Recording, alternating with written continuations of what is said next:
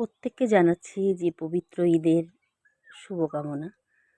তো দেখতেই পাচ্ছ যে আমি কিন্তু সারাদিন ভেবেছিলাম যে আমাদের এখানে অনেক বড় মেলা লাগে ঈদের দিন। তো ওখানে যাব করে আমার ঠিক যাওয়া হয়ে ওঠেনি। তো ভাবলাম যে রাত্রেবেলা যেখানে আমাদের চা বাগানটি আছে একদম গ্রামের ভিতরে, ওখানে কিন্তু অনেক বড় ঈদের আর কি মেলা হয়, তার সঙ্গে কাওয়ালি গান হয়। তো আমার অনেক দিনের ইচ্ছে যে কাওয়ালি গান আর কি দেখবো সামনাসামনি। সবসময় তো গানের মাধ্যমে আর কি দেখেছি ফোনে টোনে, কিন্তু অরিজিনালি সামনে গিয়ে কখনো দেখা হয়ে ওঠেনি। তাই অনেক দিনের ইচ্ছে পূরণের জন্য গিয়েছিলাম কাওয়ালি গান শুনতে। তবে এতটা আগে আমরা গিয়েছি, দেখতে পাচ্ছ মঞ্চের মধ্যে সেরকম কোনো ভিড়ভাট্টা নেই। শুনলাম নাকি এখানে অনেক রাত্রে গানটা শুরু হবে।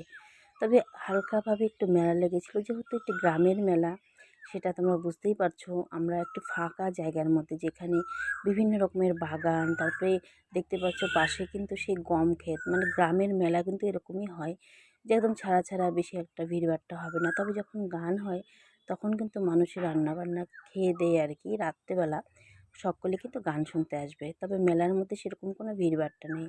তখন প্রচুর জায়গায় মেলা লেগেছে আমাদের এখানে। ওখানে কিন্তু প্রচুর ভিড় হয়েছিল, সারাদিনে মানুষ ঘুরে ক্লান্ত হয়ে গেছে বড়। তো রাত্রেবেলা গিয়েছিলাম, তো দেখতে পাচ্ছ রাস্তাঘাটগুলো কিন্তু পুরোটাই ফাঁকা আর খুবই সুন্দর। আর চারিপাশটা ঘুটঘুটে অন্ধকার। যেহেতু একটি গ্রামের মেলা, সেটা তোমাদেরকে আগেই বললাম।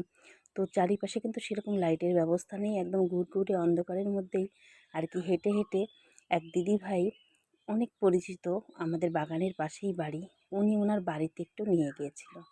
তো ওনার বাড়িতে গিয়ে খুব অনুরোধ করলো যে আজকে ঈদের দিন, আমাদের খুব খুশির দিন দিদিভাই। তো ওনাদের নাকি বলে আমাদের পরিবারে যদি 16 জন মানুষও থাকেন, তো 16 জনই আমরা নতুন কাপড় নেই, আর ঈদ মানে আমাদের খুবই খুশির দিন।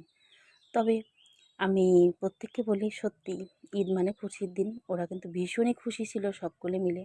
আর বাড়ির মধ্যে যাচ্ছিলাম, তো গিয়ে ভাবলাম যাই হোক একটু ঘুরে আসি, এত করে অনুরোধ করছে। তো ওনার বাড়ির থেকে ঘুরে এসে মেলার মধ্যে গিয়ে কিছুটা সময় কাটালাম। তবে মেলায় বেশ আয়োজন ছিল, দেখতে পাচ্ছ যে ছোট ছোট খুদেরা মেলার মধ্যে আর কি ঘুরছে। তবে বড়রাও আসবে। তবে আমরা যে সময়টা গেছি ওইটা সময়টা সবাই কিন্তু রান্নাবান্না করছে দেখলাম অনেকের বাড়িতে। যাই হোক, মেলাটা ভীষণই ভালো লেগেছিল, যেহেতু গ্রামের মেলা। আর ঈদ মানেই খুশির দিন, ঈদ মানেই আর কি কী বলবো অনেক কিছু।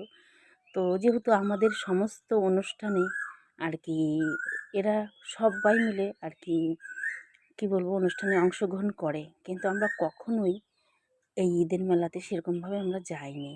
তো ভাবলাম যে যাই, আমরা যাব করে যাওয়া হয় না। আমাদের এখানে খুব বড় মেলা লাগে, একদিন গিয়েছিলাম 2 বছর আগে। তবে এর মধ্যে আর কখনোই যাওয়া হয়নি। তো ভাবলাম যে গিয়ে একটু ঘুরে আসি। যাই হোক, বেশ ভালোই লেগেছিল। হালকা হালকা ভিড়, যেহেতু গ্রামের মেলা সেটা তোমাদেরকে আগেই বলছি। তবে রাত বাড়ার সাথে সাথে আমরা কিন্তু অনেক, মানে সন্ধ্যা রাত্রে গিয়েছিলাম, রাত বাড়ার সাথে সাথে হয়তো ভিড় হতো। তো আমরা আর বেশি একটা দেরি করব না, তারপরে এই মেলা থেকে বেরিয়ে যাব।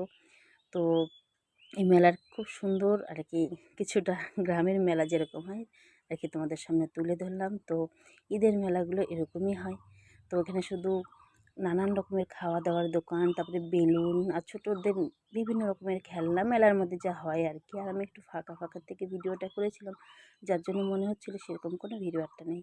তবে ভালোই বেশ ভিড় ছিল আর বেশ ভালোও লেগেছিল আর কি।